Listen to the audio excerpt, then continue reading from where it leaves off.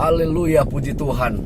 Selamat hari Minggu buat kita semua dan selamat beribadah. Pagi ini saya bacakan firman Tuhan yang saya ambil di dalam 1 Petrus 2 ayat yang ke-21 sampai 23. Demikian firman Tuhan.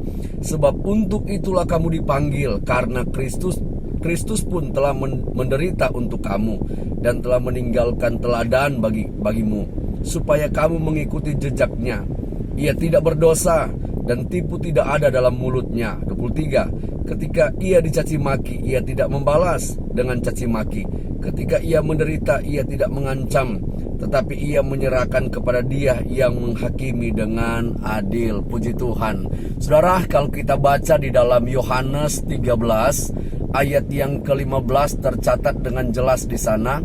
Firman Tuhan berkata bahwa Aku atau Tuhan Yesus Kristus meninggalkan teladan kepada kita. Haleluya. Nah, di ayat yang telah kita baca ini ada beberapa teladan yang Yesus Kristus tinggalkan untuk kita sebagai umat Tuhan. Kita sebagai orang yang percaya harus melakukan apa yang telah ditinggalkan, yang telah diteladankan oleh Kristus Yesus Tuhan kita. Yang pertama, firman Tuhan catat di dalam ayat yang ke-22 dalam 1 Petrus 2 yang telah kita baca tadi, dicatat ia tidak berdosa. Haleluya. Artinya ia tidak berdosa selama dia ada di muka bumi ini. Yesus tidak menyatu dengan dosa, tetap dalam kekudusan, tetap hidup kudus, tidak melakukan kejahatan. Demikian juga dengan kita sebagai umat Tuhan, sebagai hamba Tuhan. Mari, jangan lakukan kejahatan. Memisahkan diri dengan dosa. Itulah yang Alkitab catat, hidup dalam kekudusan. Terus berjuang. Katakan tidak terhadap dosa. Katakan ya terhadap kebenaran. Itu teladan yang pertama yang Yesus tinggalkan kepada kita.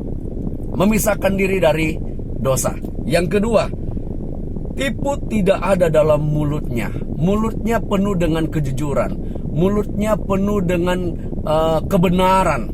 Di dalam mulutnya ada firman Tuhan, bukan kepalsuan, bukan ketidakbenaran, bukan kebohongan, bukan ketidakjujuran, tetapi semua yang benar. Sebagai umat Tuhan, sebagai hamba-hamba Tuhan, sebagai gereja Tuhan, orang percaya, mari mulut kita ini kita pakai untuk memuliakan Tuhan, berkata yang benar, berbicara yang sesuai dengan firman Tuhan, mengabarkan Injil, menyuarakan kebenaran.